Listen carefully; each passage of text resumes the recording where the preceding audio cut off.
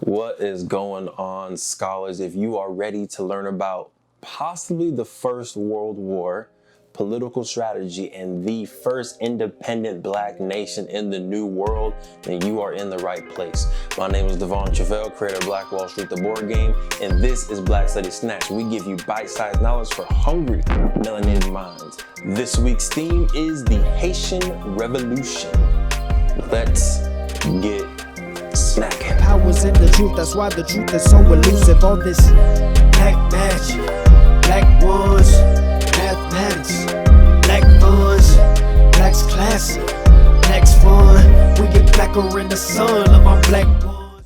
All right, so y'all know we don't just jump right into it. We like to give you a nice foundation education before we actually head into the complexity, and it's complex, of the Haitian Revolution. First, let's start off what is Haiti, right? So Haiti is a Caribbean island that is connected also to the Dominican Republic, located south of the United States and east of Central America. The indigenous population of Haiti were the Arawak-speaking people of Taino. Right, so I think we've talked about Jamaica before. If you haven't taken that course, go back to a previous course. But the Tainos were the indigenous people that were in southern Florida, Jamaica, Haiti, and a lot of other places in the Caribbean as well. And they are actually the ones that gave the original name of the island or of the section of the island, Haiti, which also translates directly to land of high mountains. Powers in the truth, that's why the truth is so elusive. All this black magic, black ones, mathematics, black funds, black's classic, black's fun. We get blacker in the sun of my black ones. Now we're all aware of Christopher Columbus and his great explorations and how he sailed the ocean blue in 1492. Is that the song? I think that's the rhyme. If it's not, we can definitely learn through music. I might have to go ahead and make a few remixes.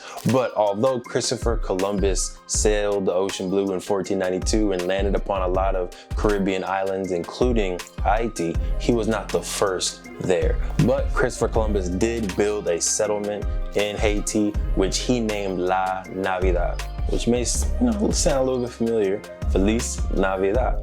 Right, which translates to Christmas or translates to nativity, nature, natural. So that is what he named that first settlement. But when he left and came back in 1493, the entire settlement had been burnt down and all 39 of the settlers were nowhere to be found.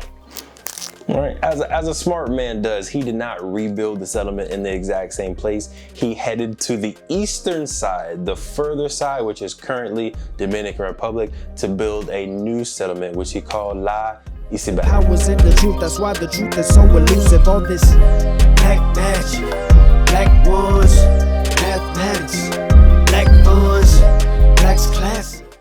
Over 100 years after Christopher Columbus created the settlement across La Isabela, or current-day Dominican Republic, the French pirates used the island of Tortuga in order to go in and raid the Spanish settlements.